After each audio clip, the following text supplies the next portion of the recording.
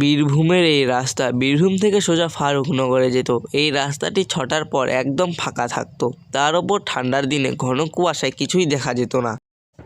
বীরভূমের এক ছেলে যার নাম আকাশ, তার মাসির বাড়ি ছিল ফারুকনগরে। আসলে বীরভূম থেকে ফারুকনগর মাত্র 2 কিলোমিটার, তাই সে পায়ে হেঁটে তার মাসির বাড়ি যেত।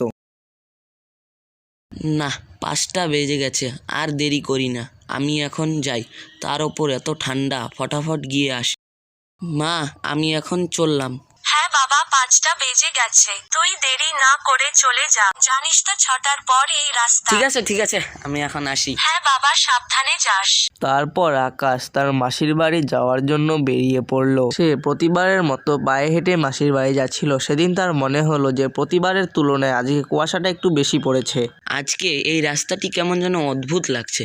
সব থেকে বেশি কুয়াশা পড়েছে আজ। আসার সময় যে আবার কিরকম হবে। এই বলে সে আবার চলতে শুরু করলো। চলতে চলতে আকাশ একজন বয়স্ক লোককে দেখতে পেল। সে একটু অবাক হয়ে গেল। এত রাতে এই বয়স্ক লোকটি আবার কোথায় যাচ্ছে? যাক, আমারই ভালো হলো, এখন ওনার সাথেই যেতে পাবো।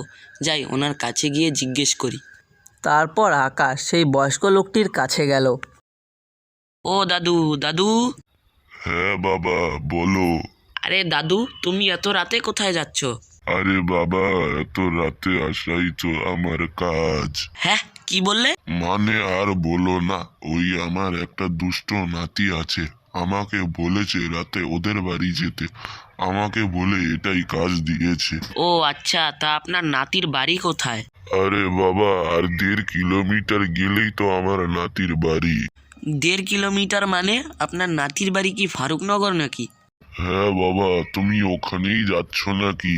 আরে হ্যাঁ, এটা বলেই তো আমি তোমার কাছে আসলাম, যে যাক, একটা সাথী তো পাওয়া গেল। আচ্ছা, চলো তাহলে যাই। হ্যাঁ চলো। এই বলে তারা দুজন চলতে শুরু করলো। চলতে চলতে তাদের 10 থেকে 15 মিনিট হয়ে গেল। তখন সেই বুড়ো লোকটি বলতে শুরু করলো, বাবা তুমি এখন যাও, আবার আসার সময় দেখা হবে।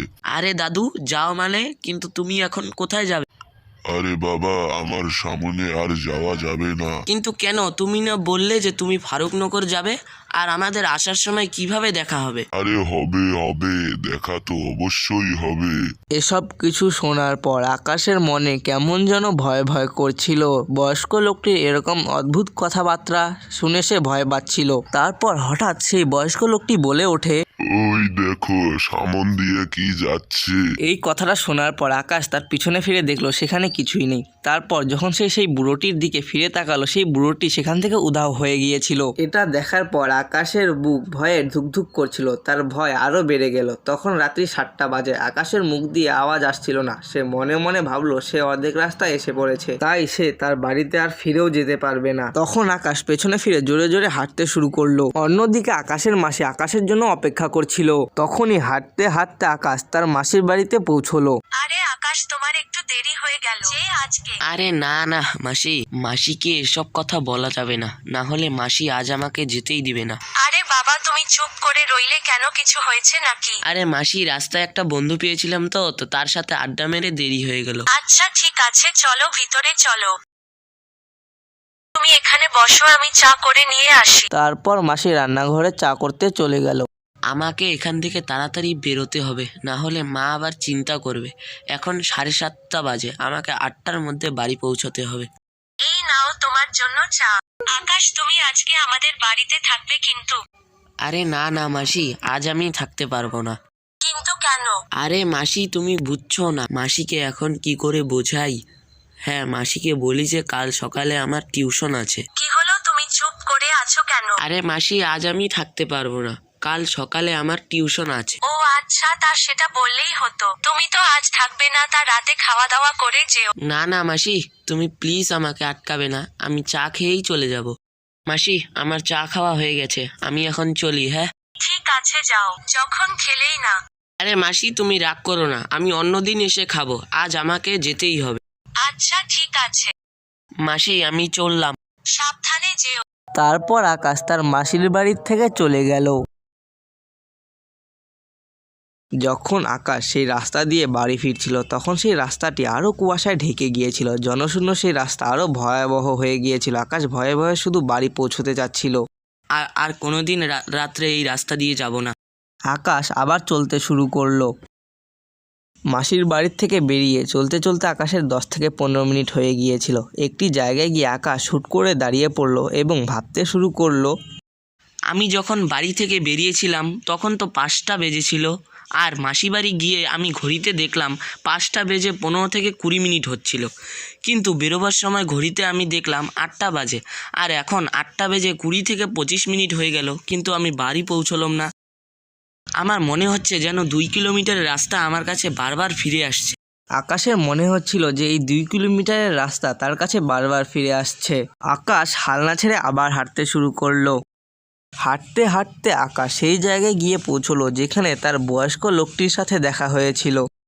এই যে সামনেই তো আমার বয়স্ক লোকটির সাথে দেখা হয়েছিল। আকাশ সেই জায়গাটা খুব ভয়ে ভয়ে চলতে শুরু করলো, কিন্তু হঠাৎ সেখানে সে তার মায়ের গলার আওয়াজ শুনতে পেল। আকাশ বাবা, আমাকে বাঁচাও, ও আমাকে মেরে ফেলবে। আকাশ হতভম্ব হয়ে গেল। তার মা তাকে জঙ্গল থেকে ডাকছিল। সে যেতে ভয় পাচ্ছিল, কিন্তু তার মা বলে তার মন মানছিল না। সে শেষ পর্যন্ত চলে গেল। আরে এখানে তো কেউ নেই, তাহলে মা আমাকে কোথা থেকে ডাকলো? আকাশ এদিক ওদিক তাকিয়ে কাউকেই দেখতে পেল না। এটা দেখে সে ফিরে যেতে চাইল। ঠিক তখনই তার সামনে একটি চকচকে আলোক ঝমক দেখতে পেল। সেটা থেকে তার মায়ের গলার আওয়াজ শুনতে পেল। আরে বাবা, এদিকে আয়, আমাকে বাঁচাও, ও আমাকে মেরে ফেলবে। আকাশ সাহস করে সেই আলোর দিকে গেল, কিন্তু সেখানে গিয়ে সে কাউকেই দেখতে পেল না। আকাশ অবাক হয়ে তাকিয়ে রইল। হঠাৎ তখনই তার সামনে একটি ভয়ঙ্কর আত্মা চলে এলো। আমি বলেছিলাম না যে আমাদের আসার সময় অবশ্যই দেখা হবে?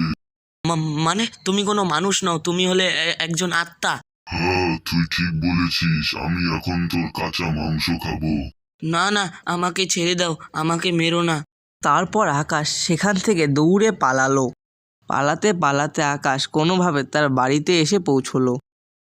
আশা করছি বন্ধুরা তোমাদের এই ভিডিওটি ভালো লেগেছে, এবং আমাদের চ্যানেলে যারা নতুন এসেছে তারা সবাই যেন আমাদের চ্যানেলটিকে সাবস্ক্রাইব করে, এবং তোমরা পাশাপাশি এই ভিডিওটিতে লাইক, শেয়ার এবং কমেন্ট করে যেও।